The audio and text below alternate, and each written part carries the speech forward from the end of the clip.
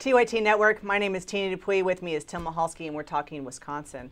Last night, thought this was going to be a landslide because there was 1.5 million Wisconsinites that showed up to give the proverbial finger to Scott Walker. Turns out, nail biter. Maggie, do you even know what's the result of the elections? Do we even know? Is it still too close to call? Well, actually, I would say about 3 minutes ago, they finally came through with 100% of the votes reported. And Kloppenberg actually has won, but only by 204 votes. So it really is a nail biter. I think that it's definitely going to draw parallels to Al Franken and Norm Coleman, which was 225 votes in 2008. So it's going to be really interesting. So Prosser has 3 days to say that they want to recount. Whether or not he does that, I instinctually would say absolutely he's going to do that, but the press is sort of, the murmurs under the press is that it's not actually going to happen, so we'll see. However, it's been interesting it took so long for the Government Accountability Board to actually call the 100%. For the last 3 hours, it's been sitting at 50-50, 99% reported, and it was really called by a guy via Twitter who was sitting there in Lake Mills, Wisconsin, the last precinct, at about 12:30 Central Time.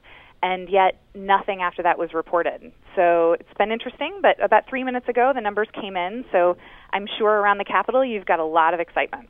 Last night, I was watching this on Twitter.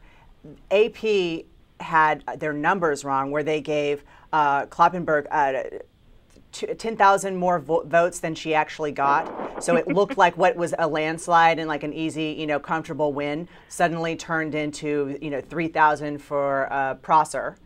And it was this back and forth. And not only is the British newspaper or British press paying attention to a judge race in Wisconsin, but today, Bloomberg reported that one of the top Google searches of the day is Wisconsin Supreme Court election. Yeah, it's fantastic and really unbelievable at the same time. I have only been in Madison for about a year and moved here for a quiet existence for a little while, and look what I got. So it is, it's outstanding. I think it's really exciting. The races, though, across yesterday, mayoral races, other district races were so tight that it's really indicative of how divided the state is. And all these races, no one was a landslide. Everybody was a nail biter. I was in Wisconsin, and it's definitely a purple state. It's definitely a purple state, but it's like, this is ridiculous. It really is, and it looked like it was going to be plum. I mean, it was getting a little more red, and then now it's like this. It's like, come on, guys, this is just now this is silly. It is. To go back to watching Twitter last night, it was schizophrenic. I mean, I think it was manic, going back and forth, and it was terrible to watch because you're right. Although I really wonder if AP, I know that there was reporting that AP had the numbers wrong at a moment, but I think that things were trickling in such an odd way that it was up and down and up and down, and just watching it, we really shouldn't have been watching it so closely. I don't think that I've ever actually watched it so second by second.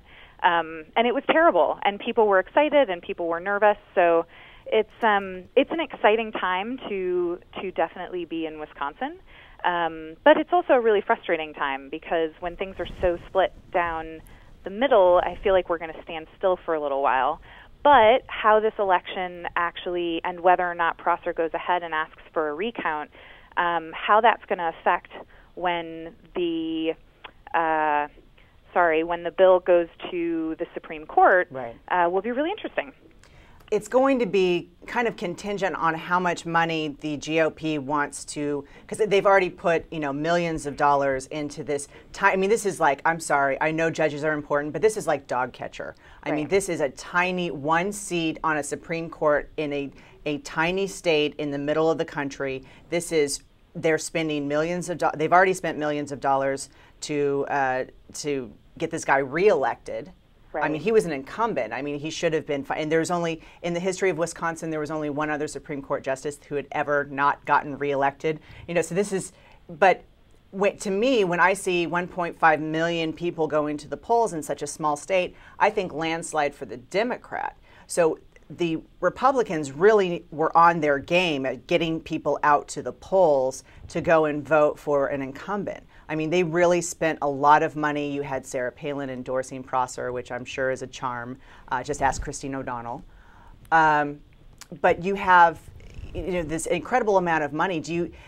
You've been watching television there. I mean, is there still ads supporting Scott Walker and what he's been doing? Absolutely, absolutely. In fact, the ads are terrible.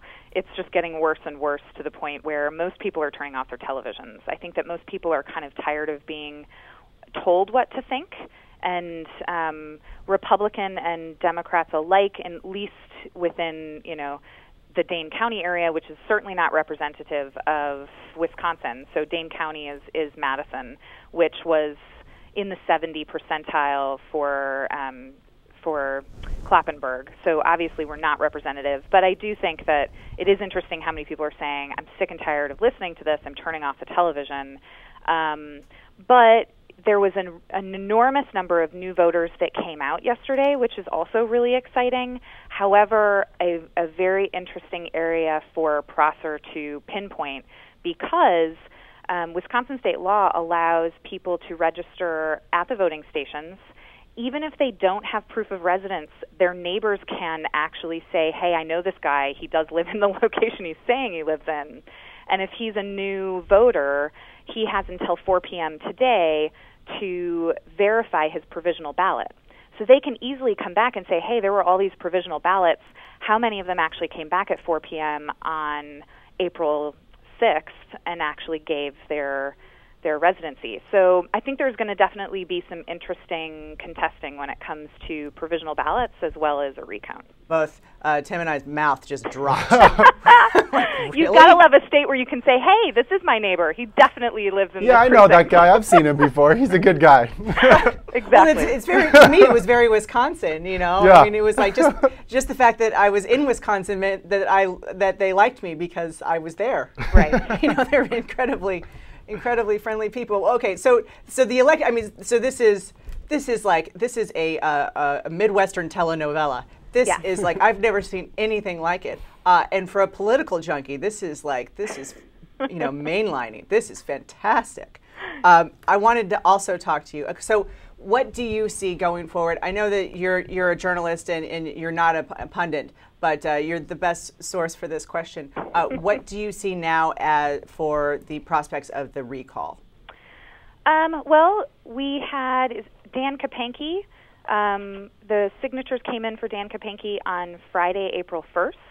They had 145% of the signatures required. So you definitely have one Republican that's up on the chopping block.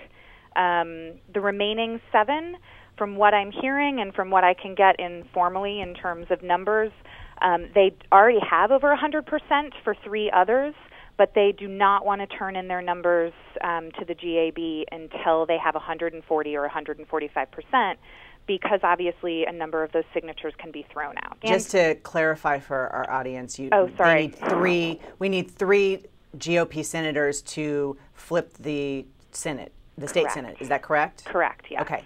So they already have one that's 145%. So there's 7 that are vulnerable.